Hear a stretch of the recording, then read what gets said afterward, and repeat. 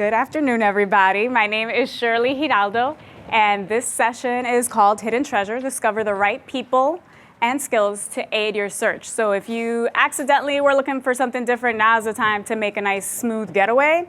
Otherwise, we're about to get this party started. To give you a little bit of sense of who I am, I currently work at UC Berkeley. I'm the informal and social learning lead within Central Human Resources on the Learning and Development team. Can somebody just give me a sense of what you think informal and social learning might mean?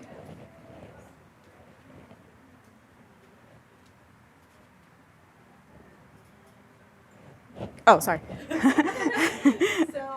would think it would be like mentorship or maybe like group classes, things like that. Yeah, mentorship, group classes, coaching, pretty much learning by taking on an assignment. Any way that you can learn outside of a traditional classroom or conference training style environment is going to be considered informal and social learning, right? So you don't learn how to ride a bike by somebody teaching you in a classroom, you learn by doing. So that's informal learning. And outside of Berkeley, I also coach folks on their careers, and I work with organizations to be more inclusive. Some of my work has spanned working with Google on allyship and presenting at the National Conference on Race and Ethnicity. But enough about me, because that's not what this is about. We are going to be talking about how to find the right people for your job, how to do an informational an informational interview. We're just gonna touch on that very, very briefly because you could spend a much longer period of time dedicated to that. How to identify the skills you need for your next job, how to develop the right skills, and then finally we're gonna wrap up with Q&A. Now, this session is best suited for someone who has a specific job or career in mind. If you don't, that's fine. Pick something that you think would be of interest. So right now, if everybody could close your eyes, think about that job, maybe that industry that you would like. Got it? Perfect. All right. Let's get started. In terms of finding the right people for this position, what are some ways that you might go about it if the position is not at UC Berkeley, or if you're trying to find people who aren't affiliated with Berkeley? LinkedIn, yes. That is a fabulous way to find people. We won't go into too much depth of LinkedIn because there was a previous session that was recorded around navigating LinkedIn, but that is definitely one premier way to find people outside of UC Berkeley. Another way that might be of interest for folks is through volunteering. So when these slides are made available, you'll be able to follow the images, and they will lead you to specific websites. So the conference board, let's say, can somebody give me an industry or role that they have an interest in? Environmental. So if there's an industry related to, hey, check that out, the environment, you can go to the conference board and see which conferences are coming up around sustainability and so on and so forth. Now, the beauty of this is that when you can attend a conference, that's great. If you volunteer, you're much more embedded with what's going on. People that are usually putting on conferences are well connected, so you get to make those connections in a nice organic way. You get to learn a lot of things behind the scenes. And hey, here's a tip. It might be cheaper, if not for free, if you volunteer for a conference. So those are some ways to connect with and find folks relevant to your field or a job of interest outside of UC Berkeley. But what about within UC Berkeley? And you kind of got a sneak peek, but what would be a way to find some folks in UC Berkeley? I hear whispers. Oh. The different sites that are available to us. Yeah. Sites. Yeah, through different sites online. So our kind of internal social learning site, social networking site almost, if you will, is called Wisdom Cafe. Show of hands, how many of you have heard of Wisdom Cafe? Yeah, a large majority of folks. And another way is through staff organizations, which you can also find through Wisdom Cafe. So for those of you who are not familiar, this is Wisdom Cafe. Under the Learn and Share Tips from Peers, you'll find regular UC Berkeley staff who have shared their stories on navigating their careers. So you can literally follow up with them. You can read a snippet of where they've been and where they are. And if you find someone of interest, when you click on their profile, on their story, you'll actually get taken at the very end of their article. These are folks that have openly said that they're willing to have an informational interview. So you can reach out to them on LinkedIn or via email right there through Wisdom Cafe. Another nice piece to Wisdom Cafe is that you can find different staff organizations under supportive communities. We'll talk a little bit more about that in a few. So for LinkedIn specifically, if you have, and this is just going to be a tiny taste, if you type in the job that you are thinking of, you can see people who are in those roles that maybe you are not already connected to. Let's say recruiter and people. I want to find people who are currently recruiters. Maybe that's the job that I'm thinking about next, not really sure. It'll show you all these connections. I don't know why it shows me people who are not my connections first, but you can utilize these filters to see if you just so happen to know anyone who's a recruiter. So in my personal network, apparently 73 people are recruiters or have been recruiters, have recruiting in their name. So now that I know this, I can literally reach out to, let's say, Laura, she works at Facebook, and connect with her there. Now, another piece for LinkedIn that is pretty helpful, we can do the same thing with Recruiter, and instead of finding people, you can find groups. Let's say I wasn't aware of a recruiting network on campus. I wanted to find stuff outside.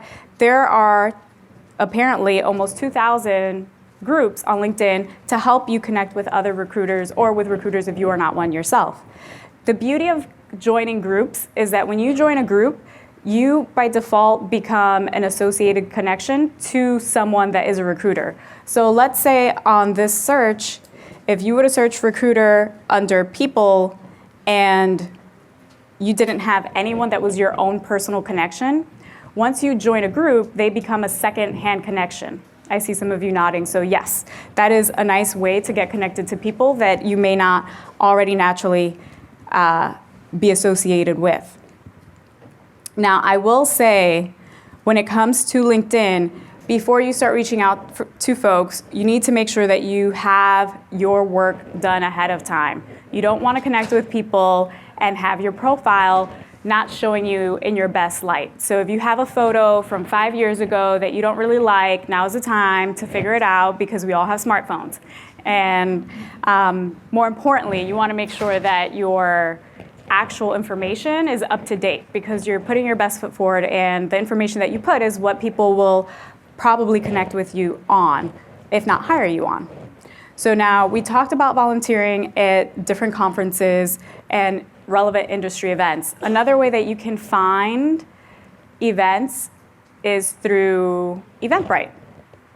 You can search for events, let's say something about the environment or sustainability. You can see what's going on in your area, and when you go and attend these events, you're going to find other like-minded people. You keep in touch, and now you've already expanded your network in a way that perhaps you wouldn't have before.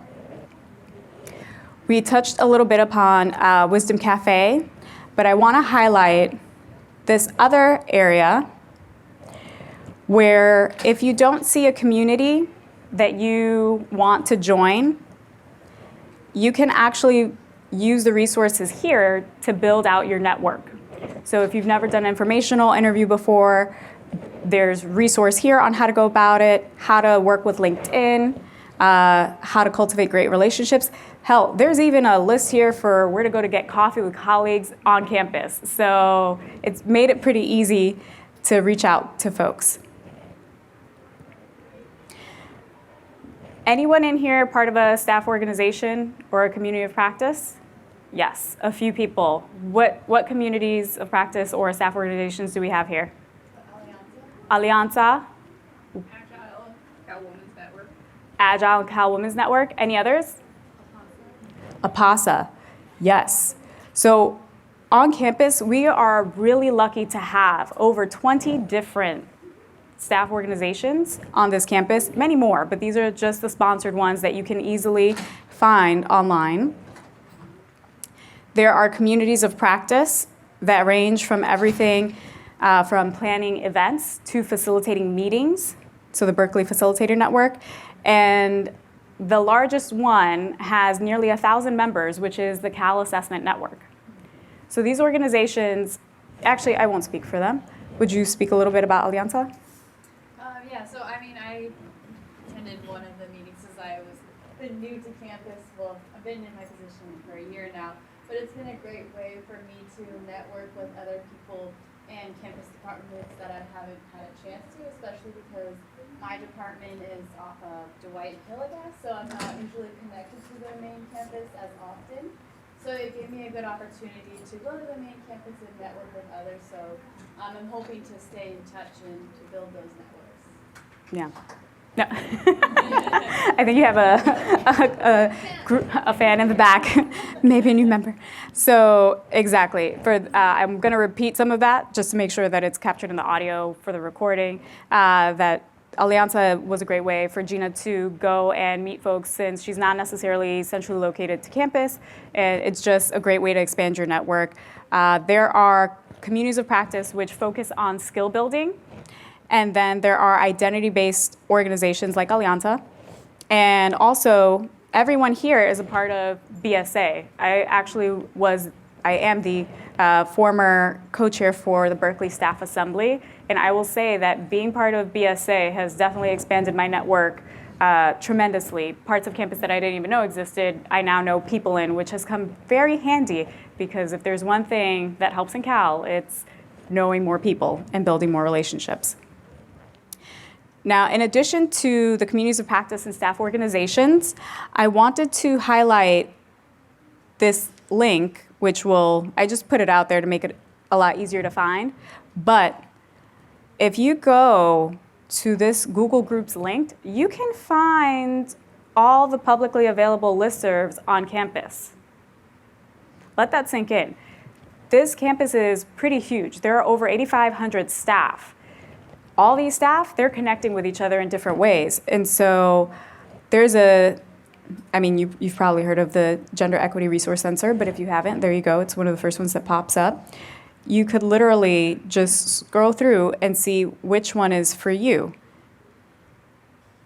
There is even a group dedicated to Cal drones. So if you have a drone, maybe these are your people. But seriously, you can see what groups you're a part of, and you could check for other groups if you go to this link. And again, all of these images are linked to what I'm speaking about. A fly wants to be in my face, don't mind me. And so once you find these people, that's not where the story ends. It can't end there, right? Because you need to hopefully gain some information from them. Can somebody tell me, just in a brief phrase, what an informational interview is?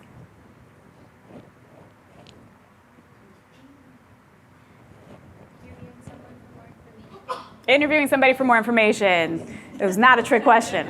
So it's in the title. So some of the benefits that have to do with doing an informational interview is that you learn more about the job or the industry. Sometimes it's not about the job. Sometimes you've done the job, but you want to switch gears to a different field. And so you need to learn the jargon there. You need to understand the culture there. Doing informational interviews are going to be able to highlight those for you before you take on a job and before you start speaking in an interview. So for example, in certain companies, innovation is really big. Speed is really big. If you're not speaking to innovation and speed, then you might seem as though you might not fit into that culture. So these interviews help you understand more about what you need to know to fit in, and also for the job itself if you're transitioning into a different role. Another perk of this is that it can obviously expand your network, because after you have given information to someone or someone has offered to give you information, you can keep in touch usually, and you can keep going to them as an ongoing resource. You can also learn about job openings through them that may or may not be posted. They might know of something that has yet to come on the website. I myself actually got into this role because I was doing an informational interview with my now supervisor, and I had no idea that this position was open because I wasn't actively looking. And then she told me about it, I saw it, I applied, and hi, here I am. So that was a very happy ending, and I hope that you all also get a chance to have something similar happen as a result of these informational interviews.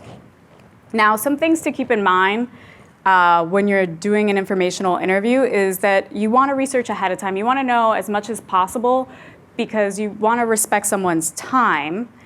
You don't want to ask questions that you can easily find online, right? Otherwise, they'll also look at you as though, why are you asking me this question? You could have Googled that yourself. You want to pre-plan your questions based on this research, targeted questions that you can't find anywhere else, or perhaps they're personal questions. You know, what do you like about your job? You probably can't find that very easily in public. You want to make sure you take the time to build rapport and don't just start interrogating them. Question after question, get to learn a little bit more about them as a human. Honor the time that you set aside. If you have agreed to coffee for half an hour or an hour, you know, stick to that, because like everyone else, we all have lots of time commitments. And thank them, not just in person, but after. So by email or LinkedIn message, that goes a long way. And stay in touch after that. Maybe you spoke about your latest vacation or where you were going to go off to. Keep in touch just as you would with any new friends that you make. So now this is your turn to practice this a little bit, and this is twofold because it will help you expand your network and find people that will hopefully help you find your next position. So think about 2 questions that you have in mind that you would like to ask someone in a job or the field that you would like to enter, and then find a partner. So immediate thoughts from that. I know that not everybody has done an informational interview. Some of you maybe have done plenty. What was it like to be in that scenario?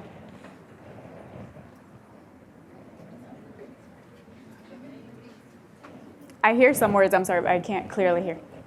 Oh, what was it like to be in that scenario?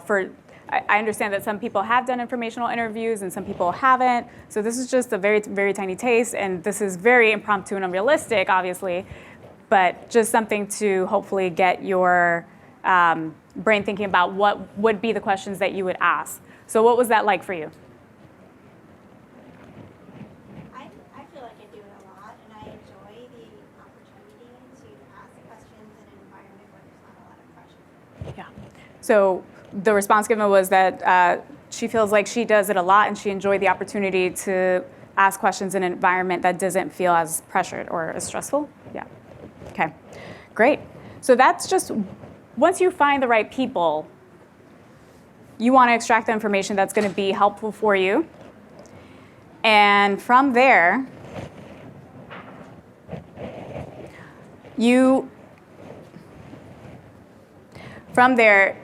between the job descriptions that you are looking at and the information that you have gathered from folks, you're going to be able to identify certain skills that you do or do not have. So our lovely volunteers are coming around to give a skill self-estimate and planning worksheet developed by our own Terry Moore here at UC Berkeley. And this worksheet is broken down into 6 different columns. One which you identify the skills that you need based off the job descriptions that you've read and information that you've sought from the people that you've done informational interviews with. Another one that helps you understand whether this is required or preferred. Sometimes job descriptions go on for pages and they list things that are really nice to have, but might not be super crucial to the role. The third column asks if your current skills meet the need. So if I'll walk through an example in a second. The fourth is, what evidence do you have as to your idea or your evaluation, your self-evaluation? The fifth is whether that's actually a high priority for you to develop. And the sixth is a way for you to create a game plan on what you need to develop these skills. So I just threw out a position here. Let's say there's a position and someone wants to be a trainer. They're gonna need to do public speaking well, I would hope, right? You're gonna be in front of a classroom. Whether this is required or preferred, it's gonna be a required skill. So let's say if it were me, does my current skill set meet the need? I'd say yes. What proof do I have? Well, I get really good feedback on my evals after I do a presentation. So yes, hopefully they're not lying, right? And then, so is this a high priority for me to develop? Although it's a required skill, it's kind of low because I feel confident in it. But if I wanted to develop this, what's another way that I could try to increase my public speaking ability? I could present at conferences. I can ask to present at team meetings, maybe at division meetings or department meetings. So another skill that might have been identified is leadership. Okay, is it required or preferred? Required. Does your skill meet the current need? Let's say it doesn't. Then what proof do you have though? Well, I've never led a team. If you've never led a team, then that might be a high priority given that it's a required skill and you don't have it. So one way to do that might be by chairing a staff organization, chairing a committee, or looking in the transferable skills library that we have online and seeing what opportunities exist to develop leadership. Now, this works best when you have a job description available and you can see clearly what skills are necessary. So this is more take home for you when you have the time to sit and reflect, so you can really gain the best out of it. But I wanted to walk you through it to at least guide you on how to complete it on your own time. Any questions on this? Okay. So now that you've found the right people, you've figured out the skills, you've identified the skills that you need, how do you develop them? What are some ways that you can develop these skills? Classes. Yes. You know, I knew that was going to be the first one that came up, but I still put it second. Classes is one way. Classes are one way to develop these skills for sure. But going again, well, yes, classes are some ways that you can develop these skills.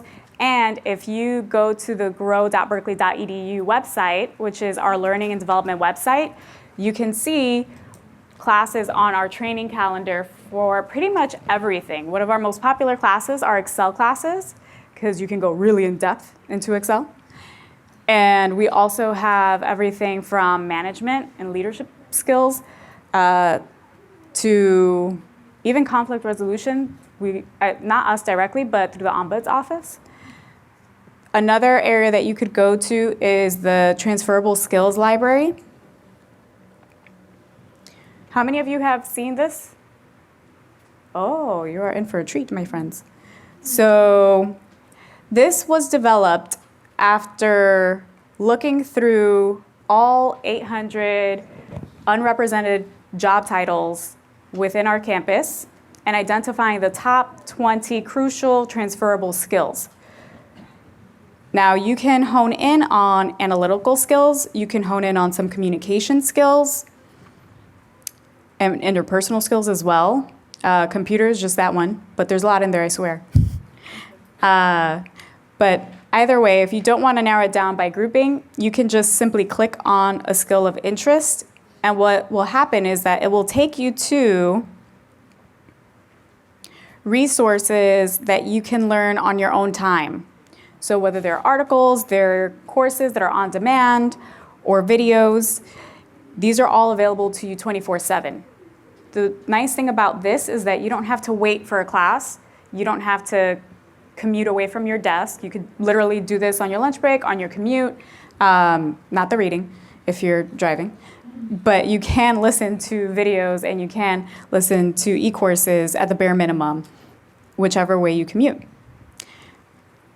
on the side over here, we also have additional resources. Let's say you did want to find a class, you could do that. We also have this little career assistance button.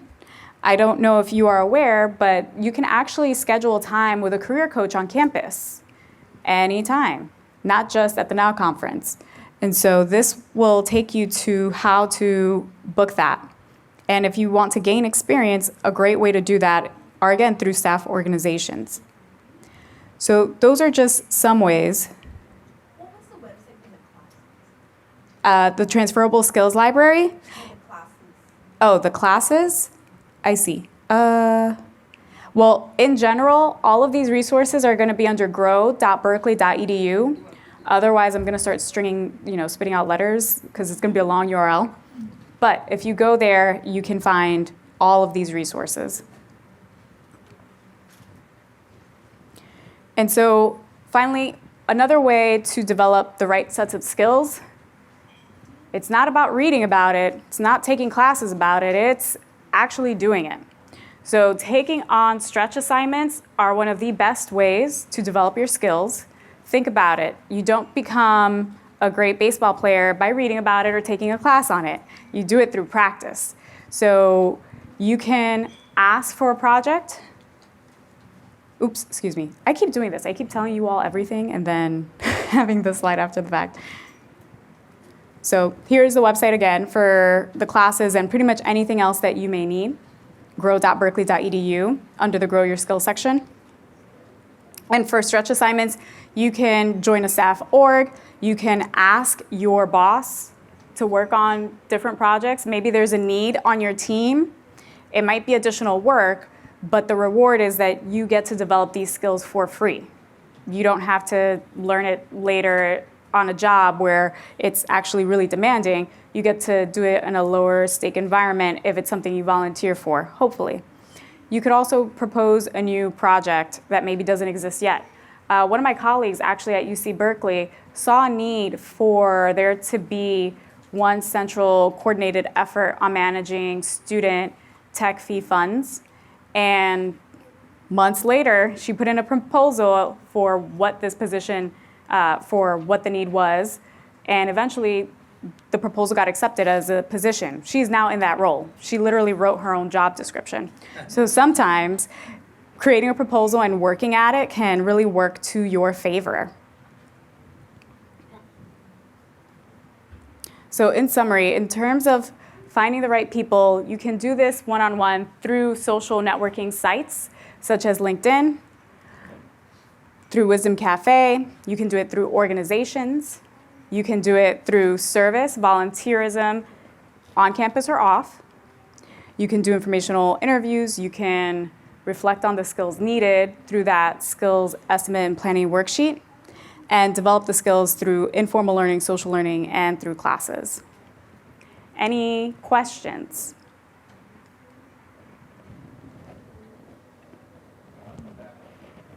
Oh, thank you. What's the website for that transferable skills library?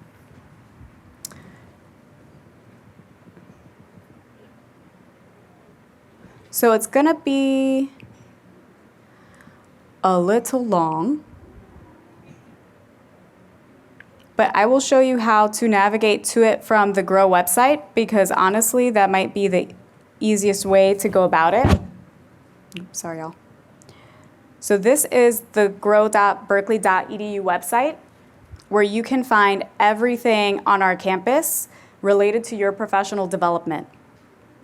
We have a section here on Grow Your Career, and I'll actually show you how to schedule an appointment with a career counselor. If you scroll down through here and you go to goals, maybe you need some clarity on what you want to do next. You can go here and click on Meet with a Career Coach. That just gives you more information, but that's how you would go about it. In addition to growing your career, I'll go back one so you can see the main page again. I think the easiest way to get to pretty much everything that you might want is through the Grow Your Skills page. Here's where we list pretty much every learning opportunity available on campus or through the UC system. This calendar right here will take you to all classes that are being offered on campus. This is the learning calendar. So whether it's mindfulness, people management, communicating with impact, all of these classes are available to you for free as staff.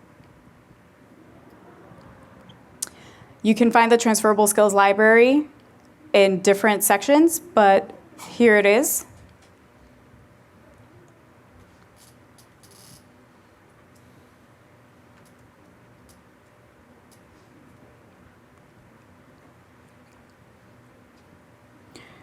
I think this website is super beneficial.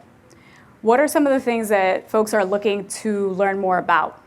Because I can help navigate you to that area now that we're here together. I'm curious about Excel. You're curious about Excel? Yeah. You are not alone, my friend. Lots of people on this campus are really, it's one of our very popular classes. On lynda.com, which is now LinkedIn Learning, as well as through our classes. So this is the Technology and Systems Training class. You can see all the classes right here. Oh, that's weird.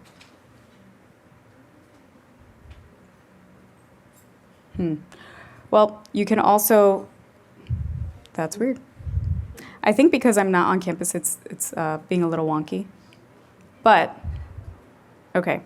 Any class that you may need, you can go back to the calendar and actually search for it. So let's try that.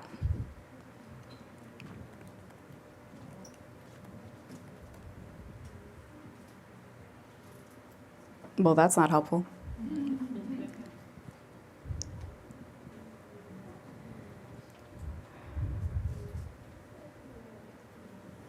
Okay, maybe they are not in the system just yet.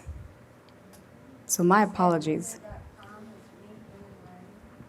I did say that lynda.com is LinkedIn Learning. And if you go to lynda.com, you sign in using your CalNet ID, it will ask you for your Berkeley email address. It will. Your CalNet information, and you can log in, and it'll take you to all the available courses. Yes. How many of you have used lynda.com? Great. How many of you have activated your now LinkedIn Learning account? Cool. If you go to this page, really, if you go to lynda.com and try to log in, they'll redirect you. But now, if you want a direct route, oops, you would go through this page. There goes my whole identity. And you could search for any class that you would like. There are apparently 190 courses on Excel. So there's Excel 2019, there's Excel 2016. I see a question. So when you take one of these classes or you develop these skills, do you recommend then when you're actually going to apply to a job that needs these skills, this is just going to go in kind of the skills section of your resume, or you'd actually put like the class down that you took? How do you kind of think that we should show that we have these skills and that we've gone out of our way to develop them? So the question is, once you take these classes, what is the best way to demonstrate that you now have mastery over these classes? And should you put them on your resume? So I would say here's where it's really crucial to understand the industry that you're in and the job that you're going for. I think in particular with more tech-focused jobs where you have different coding languages, for example, you need to demonstrate that you understand different languages, so you're going to need to put that on your resume somewhere. For other skills, maybe it's not as important, but I'm guessing if you're developing them, it's important. So I would highly recommend that if you complete a LinkedIn Learning course, that you put it on your profile. There's an option to put it on as a completed course, as a certification, so you can do that. And it signals to employers everywhere that you have that there. If it's something, I would say it really depends on your resume and the industry, but you could put it under a skill section, or you could put it under continuing education section or under education, depending on kind of where you are in your career and what you're trying to highlight first and your formatting, because I've seen so many different resumes. So it really depends. But those are a couple of options if you're looking for areas to put skills under your resume. Question in the back? You mentioned being able to meet with a career counselor. Where are they located, or is it one-on-one meeting that you can schedule anywhere? So they are located in University Hall. I wonder if they might be willing to meet with you in a different location, maybe, or maybe you can do a virtual meeting, Google Hangouts. We all have access to that through our Berkeley Gmail partnership. So, but typically they are held in University Hall for a half an hour. Yeah. Other questions?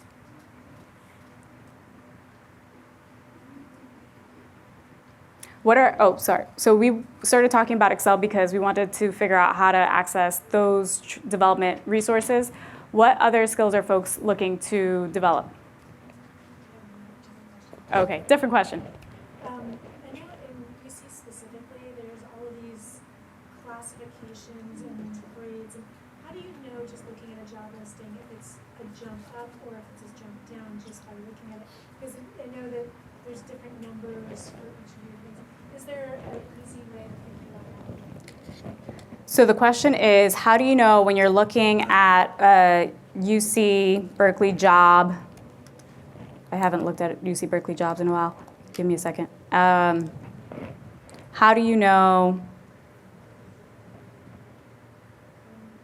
if it's kind of a lateral move or maybe a promotion, or just where they are in comparison to where you are?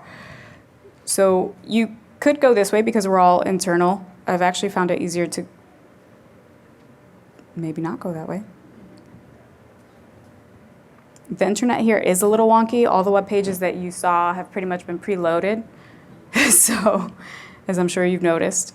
But there is actually a way to identify the exact title, the pay range, and the job code. The job codes all mean a specific pay range and title. I don't know exactly how to access it off the top of my head, but if you email me, I can share that with you, and also how to find it, because I downloaded it. It's an Excel file that lists everything. But it definitely does exist. Being that the internet connection here, it's still connecting, we're probably not gonna find it by the end of the day based on this connection, but I'm more than happy to share that with folks later. I'm gonna, well, are there other questions that folks have? Oh, yes. Yeah, the slides should be made available, from my understanding, online on the Now conference. And keep in mind that all those images in there, for the most part, have a link to the thing that they're talking about. So LinkedIn is going to take you to LinkedIn. The conference board is going to be there when we talk about volunteering and so on and so forth. Other questions folks may have?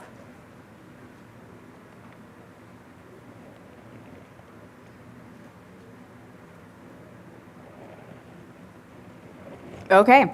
So thank you all so much for your time.